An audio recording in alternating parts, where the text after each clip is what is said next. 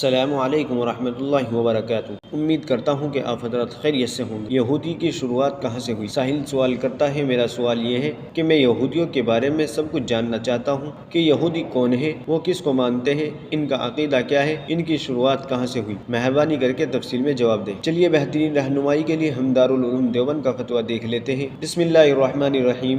شریعت کی اصطلاح میں یہودی وہ لوگ کہلاتے ہیں جو حضرت موسیٰ علیہ نبینا علیہ الصلوۃ والسلام پر ایمان رکھتے تھے اور ان پر جو کتاب نازل ہوئی اس کے مطابق عمل کرتے تھے۔ اب یہ مذہب محرف و منسوخ ہو چکا ہے اور یہودی علماء نے تورات میں بھی بے پناہ تحریفات کر دی ہیں۔ اب اس کی صحیح تفصیلات جاننا مشکل ہے۔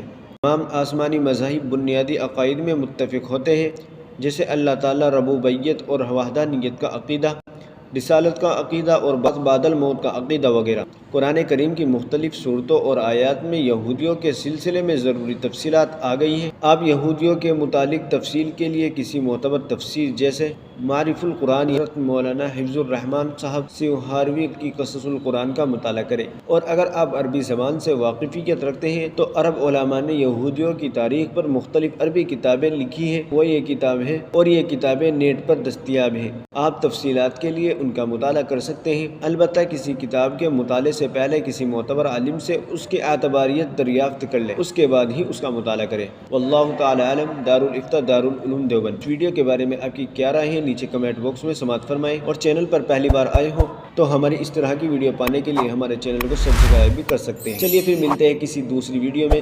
السلام علیکم ورحمۃ اللہ وبرکاتہ۔